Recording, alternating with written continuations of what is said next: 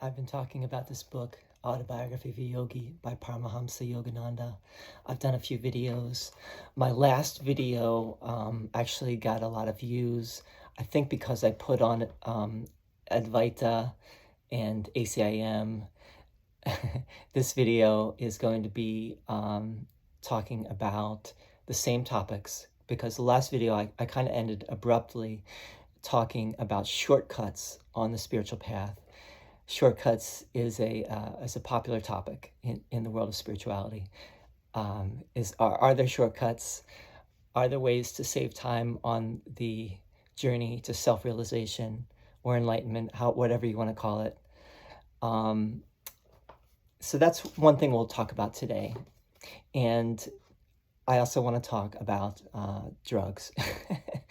We'll talk about plant medicine and especially ayahuasca. And we're also going to be talking about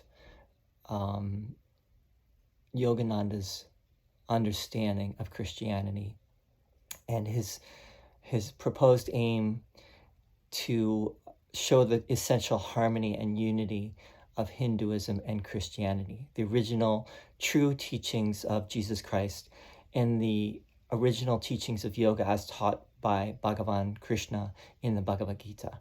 So let's talk first about that. How did Yogananda understand Jesus? It's a popular topic these days. It's been a popular topic for a long time now. But in particular, people are questioning, not only are the Gospels true, are they the Word of God, but people are questioning more and more, was there a historical Jesus? Did he actually live? It's a great question. It's definitely worth answering or asking and seeking, seeking what people are saying. There definitely are scholars even today, like Dr. Richard Carrier, for example, who's one of the most well-known, who claim that Jesus, the story of Jesus, is fiction, or at least there's a lot of evidence to point that it might have been all made up. I'm open to that as well. I don't want to say that I have a set view on this. I don't. I'm open to that possibility, and I'm also open to the idea that Jesus lived. I'm even open to the idea that Jesus might have actually done at least some of the things that are written about him in the Gospels. Where do I weigh more toward? At this point, I really think I weigh more towards the Jesus myth theory, which is that the story of Jesus is largely fiction. But let's leave that for now. That does not mean, by the way, that it was not divinely inspired writing. But let's leave that aside for the moment. How did Yogananda view Jesus? Now, of the little that I've gleaned so far, this is a big topic, and I'm sure that there are people out there that really know in depth. But what I've gleaned so far is Yogananda did not believe that the Gospels are 100% accurate. First of all, he felt that there were things that were left out, and there were things that were distorted. This is also, I believe, the view of his guru, Sri Yukteswar, who wrote a book called The Holy Science, in which he tries to show, this is back in 1894, I believe, that he wrote this book. And Yogananda did most of his writings later in the 30s, 40s, 50s. So Yogananda was for sure influenced by the teachings of his guru. His guru actually wrote his book, The Holy Science, at the request or behest of none other than Babaji, the immortal Yogi, who Sri Yukteswar met at the Kumbh Mela. I believe it was in 1894, but it might have been earlier. And Babaji told him that he needed to write this book. So he wrote it, and in it he quotes a lot from the Gospel of John and the Book of Revelations to make to show the underlying unity between Hinduism and Christianity. And I'm going to do another video just on that, but let's just say that for now, that it seems like much of what Sri Yukteswar is doing in that book is kind of a rehash of Patanjali, the 8 limbs, and a lot of the things that are found both in Patanjali and some of the other sources on yoga. While at the same time, obviously, Yukteswar is showing he's bringing in the Gospels as well, including the Book of Revelation. So what is the view? The view is there were things that were left out. There were things that were distorted in the Gospels. For example, what was Jesus doing in the lost years, between the age of 12 and 30 or 29? There's nothing in the Gospels about those years, right? It's a fascinating topic. It's led to a lot of speculation. It's called the lost years, right? The lost years of Jesus. Why is there nothing in the Gospels of anything that he did in those years? It's amazing. I actually did a paper back when I was a grad student at the University of Pennsylvania. I did a paper for a religious studies class on the lost years, and I looked at all the different views of what happens, from Yogananda and other people, and there was a lot of varying and also conflicting thoughts about what he did. Some say he went to Egypt, some say he went to study with the Druids in England, some to India, of course, and there were also those who said that no, Jesus didn't go anywhere. He was, of course, you do still have to ask what happened in those intervening years, and why do the Gospels say nothing about that? It's interesting. So, but my ultimate take from that in that paper was, go figure. No one seems to know. There's too many conflicting reports. Now, you might say, given how high level a personage Sri Yukteswar and Yogananda were, that their thoughts on the matter might carry more weight. But the question is, were they infallible?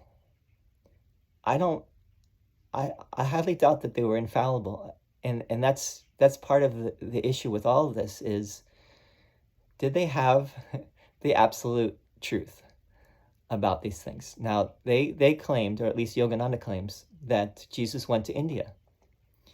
And this is a big, there's been a good case that has been made that Jesus actually lived in India, and he studied in the Himalayas with some of the great yoga masters. It's possible. It's very possible. And there's more to that. I need to look into that a little bit more to say more. But this is Yogananda's view, and this is how Jesus learned a lot of the things that he later taught in the Gospels, and was able to work the miracles and so on. In a way, you could say, well, that's kind of a put down of his own birth religion, Judaism, because it's like saying, well, he couldn't learn those things in the Jewish context,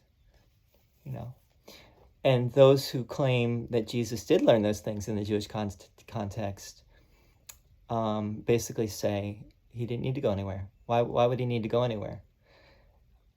Isn't like 40 days and nights of fasting and praying in the desert enough? Maybe it is, maybe it's not. Okay, so we can. This is going to be an endless debate, until you take a side. Did he go to India or not? Or maybe it doesn't matter. Maybe for you it does not matter. I think for me it doesn't matter because, and I'll have to go into that at a later time. But let's just also say that for Yogananda obviously did not know about some of the Gospels, the non-canonical Gospels, because this was kind of before his time. I mean, after his time. Like the Gospel of Thomas, he doesn't mention the Gospel of Thomas. So he actually mentions the book of John, the Gospel of John, more than anything, probably because it's the most mystical. It starts, let's read just the beginning of the Gospel of John. I have it right here. In the beginning was the Word, the Logos, and the Word was with God, and the Word was God. He was in the beginning with God. All things came into being through him, and without him not one thing came into being. What has come into being in him was life, and the life was the light of all people. The light shines in the darkness, and the darkness did not overcome it. This sounds a lot like Ishvara in the Yoga Sutras.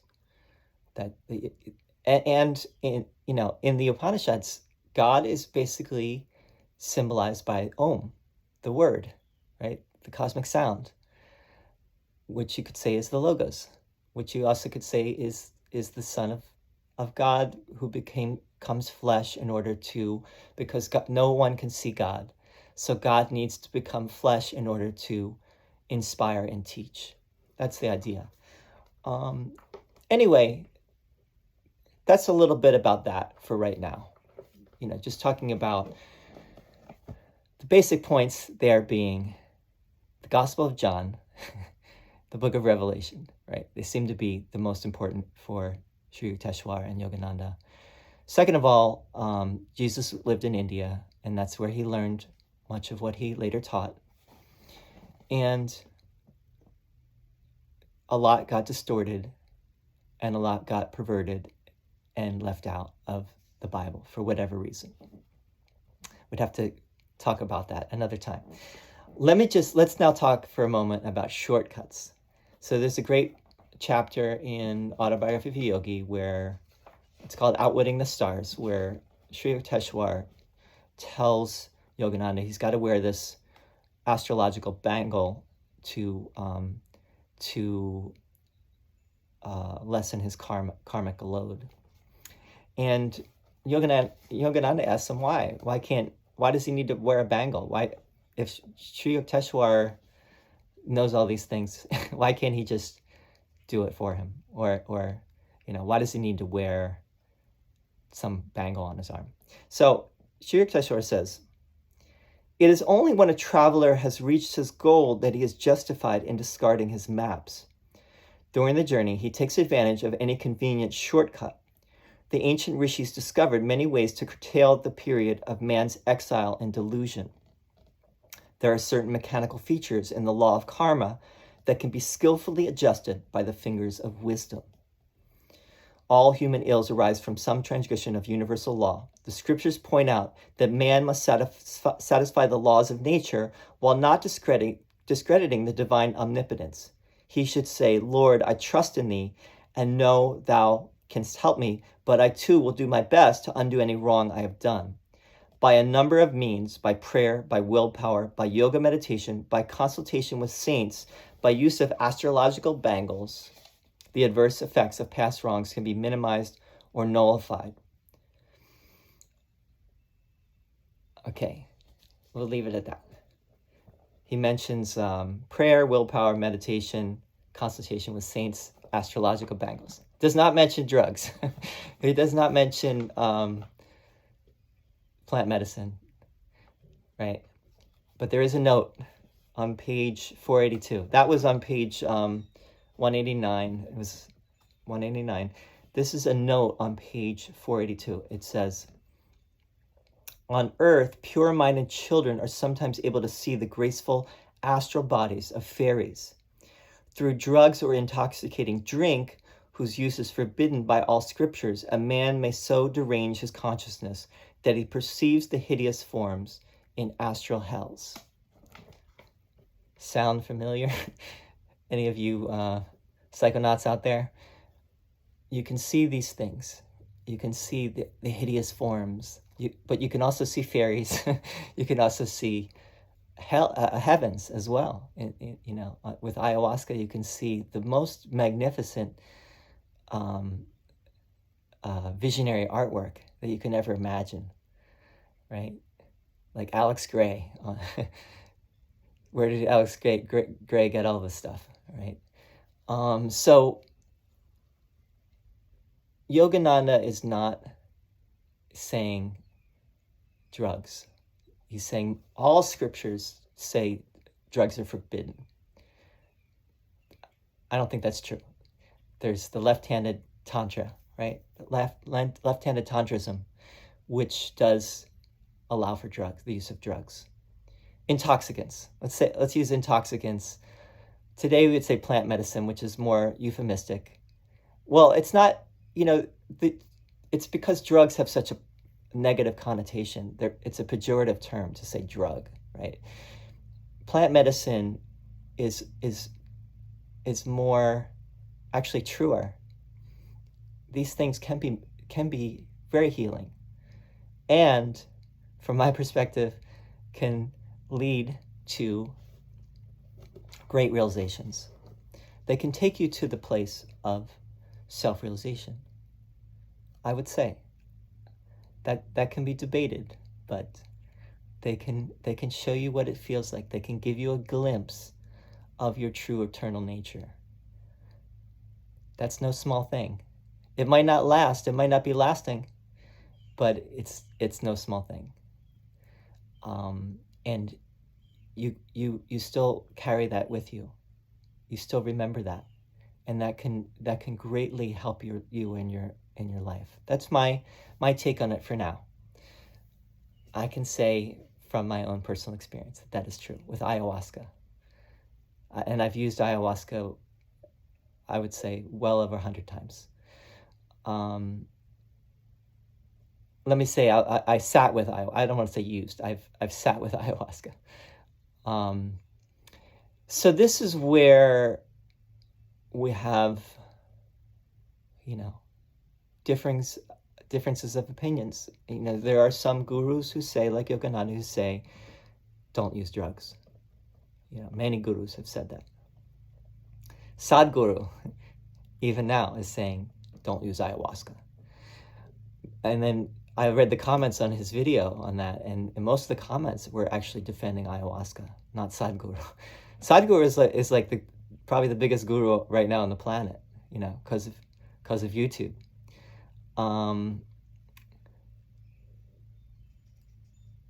But I think he may be a little bit off in terms talking about ayahuasca. This video is getting long, so I'm gonna end it very soon. But let's just say that I've sat with people trained in Peruvian shamanism and also followers of great yogis, great masters. I sat with this one guy who was a follower of Sai Baba, and he believed that Sai Baba led him to ayahuasca. And he believes that ayahuasca is the original soma that is written of in the Vedas. He told me this because I was writing a book. I'll put a link to my book in this video. My book is called Who Am I? Yoga, Psychedelics, and the Quest for Enlightenment. And this guy was very sure that ayahuasca is soma. And it was used, way back when, and is also used by the people of Atlantis, by the civilization of Atlantis. He told me all this in Spanish, actually, and a guy translated. And I think I wrote it down, or I recorded. I forget how I did it. But so there are those who would say that ayahuasca is a great tool, a shortcut, a way to work through a lot of stuff in a very short period of time, and thus save you time on the spiritual journey, so that it doesn't take you lifetimes, but it can be quicker. Just like Kriya Yoga is that Kundalini. I also took a Shaktipat initiation, and when I took this initiation, they told me, even if I didn't do anything with the initiation, I only had 3 more lifetimes, because it quickened the process. It was a quickening. I'll say more. I'm happy with how this video came out. I didn't really get too much into everything, but I think I touched upon a lot of things that would be of interest. Thank you so much for listening, and I would love your comments, questions, anything you want me to talk about. I am going to get to more, so stay tuned. Om.